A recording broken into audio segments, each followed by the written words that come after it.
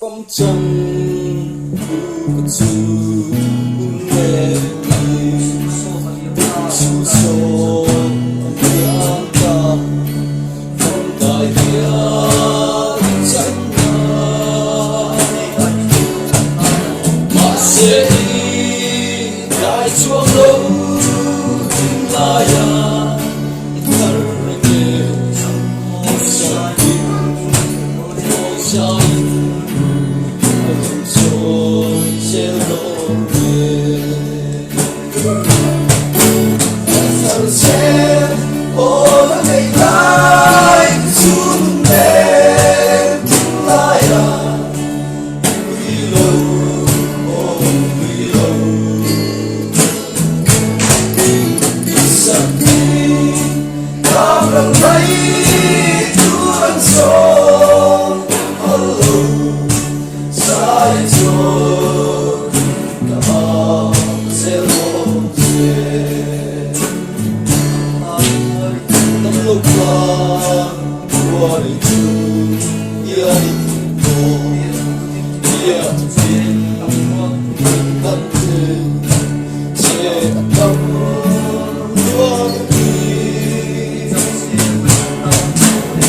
Chẳng sẽ